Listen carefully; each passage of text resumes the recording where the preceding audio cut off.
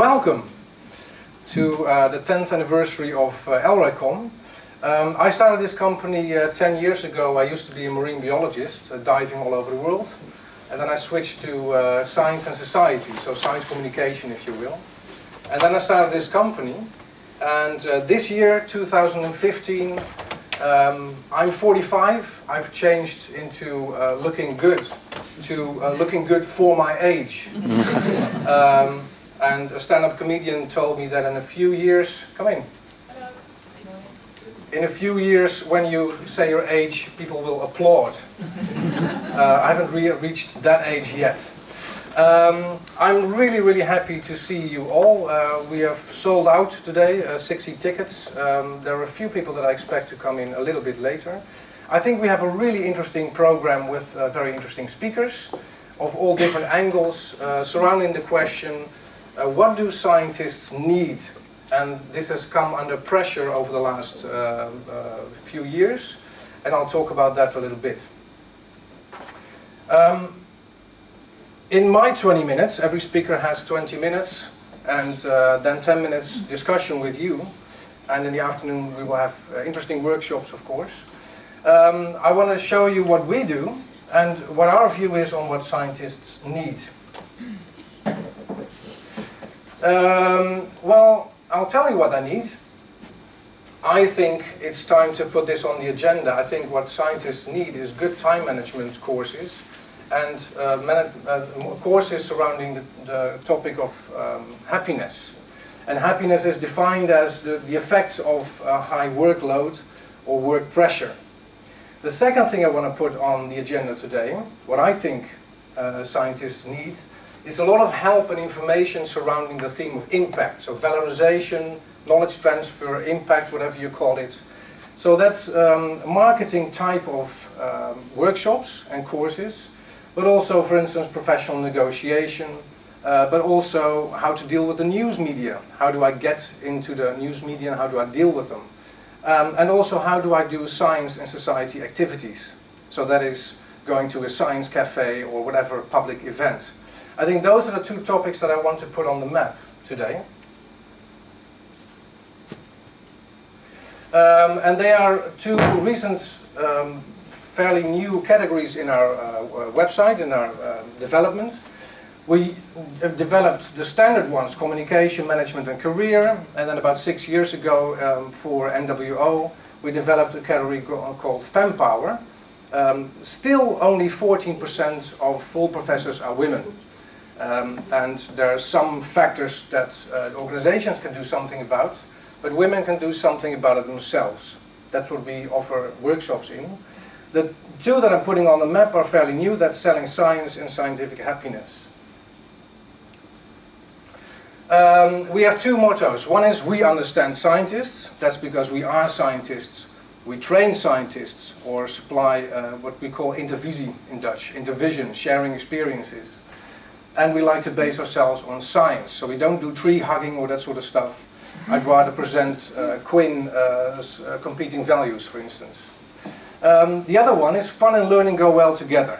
That means we like to have fun during our workshops. And we find it crucially important that the days that participants have are relaxed. People should be having fun. It's not just because that is fun to do, but it's an essential component of didactics, of motivation theory, of even neurology. People learn a lot more when they are relaxed and have fun. So it has a function.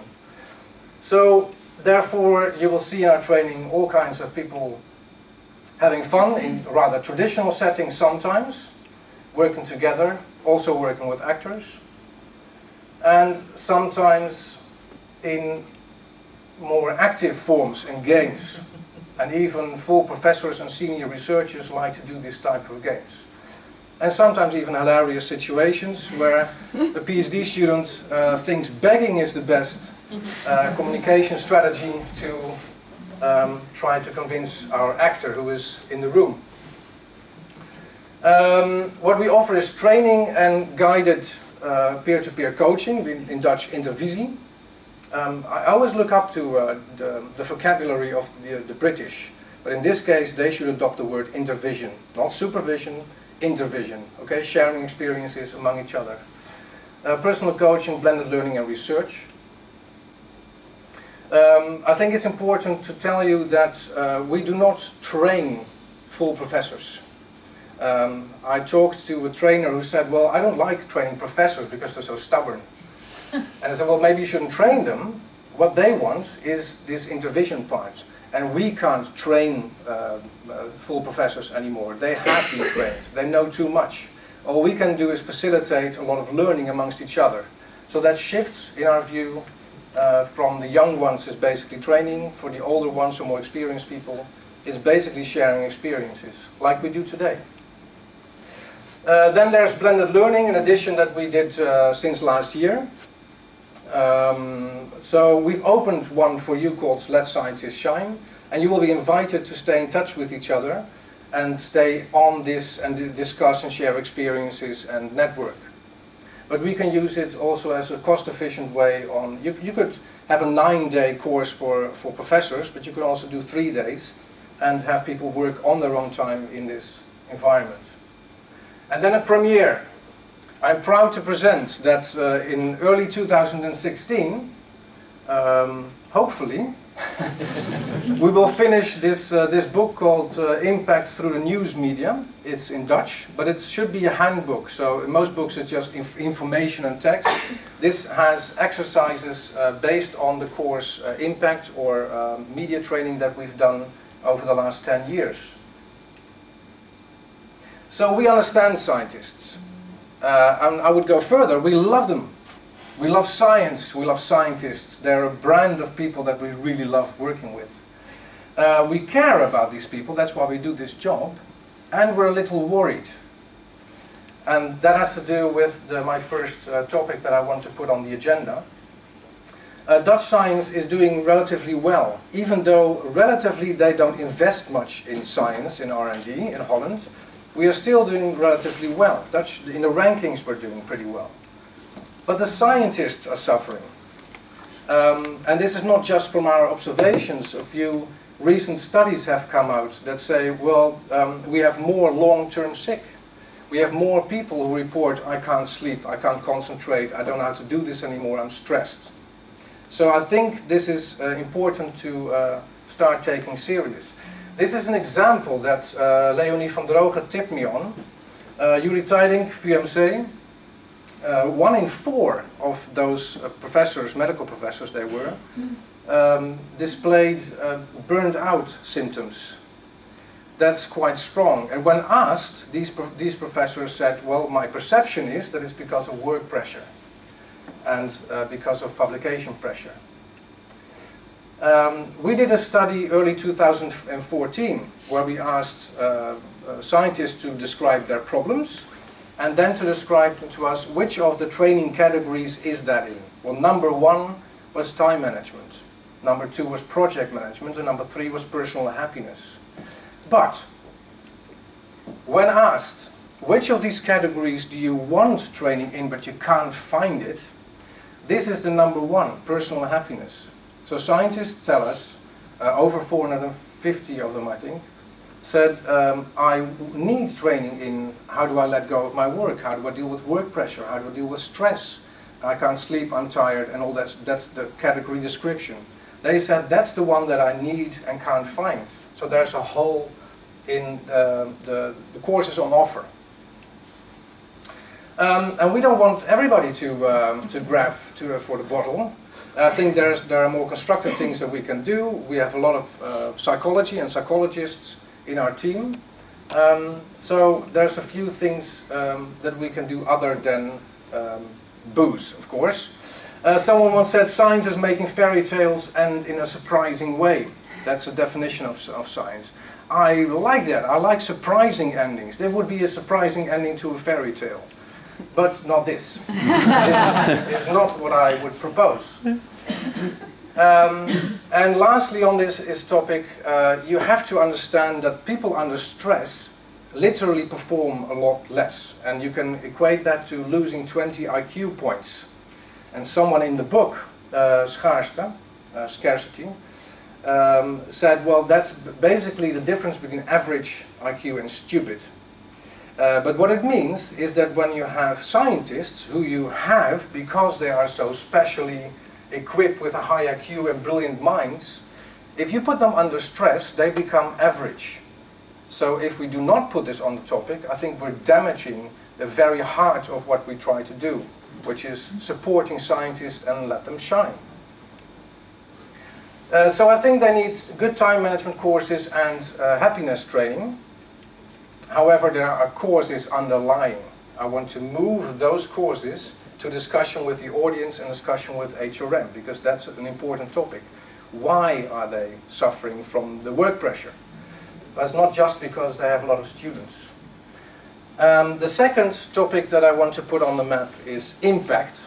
Of course, there was the valorization letter by Minister Maria van der Hoeven 10 years ago. We're now 10 years later, and a lot of students and scientists still don't know what it is and how to do it. So my definition of impact and valorization and spin-offs and business and knowledge transfer, outreach, all of that is to me is in the name impact. And the definition is quite simple. Inside this box is a scientist, and he never leaves it, and he or she does science, doesn't share it, doesn't talk with anybody, doesn't publish in popular books or whatever.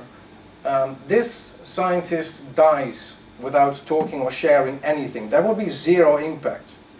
Well, if that is your simple definition, then you will see that almost every scientist has impact. And I think that's a positive message. Impact and the whole valorization policies, it's not something that people should do extra. It isn't something that something new, an extra task and burden on scientists. It's something they've always been doing. It's just that there are opportunities to do more. And those opportunities are great opportunities for scientists, and they are mostly fun to do. Also, we see that scientists are generally willing to do this stuff once they know what it is and once they know where to look for help. They don't always know that. Now, there's an important question: who should do it? I think what we should aim for, in policy-wise, is department level. What we see in a lot of scientists is, well, the reaction, the response to impact or valorization activities. What is it? Is it something extra? Is it something I have to do? What is being pushed on me? Leave me alone. That sort of reaction. I don't think every scientist should be doing impact or impact activities. On department level, they should try to produce that, but individual ones, maybe not. Maybe they're better at other stuff. So in conclusion, what is needed, I think, clarification of what impact activities are, and it also rings through what I've heard from the speakers in my interviews previous to this day. A lot of it's not quite known to scientists what it is and what it can be, and how much fun it can be. What is also needed, I think, is to convey the message: it's okay to do it. Go and find out if you can build a business or do something with valorization. Go and find out and talk with your press officer if it's okay to go and talk to journalists, for instance. Get involved in public activities, in public events. It's okay to do it. It's okay to write a letter to the newspaper and get involved in a social debate. It's okay to get involved in social media, as maybe Ellen will show us. And also the help network is rather unclear among scientists. We just did an intervision a week ago at Fort ZonMB with 90, so 3 groups of 30. And we learned again that most people don't know what a TTO is, don't know what they do. They don't know if they have a press officer or a communication department and what the rules are, what they can and cannot do.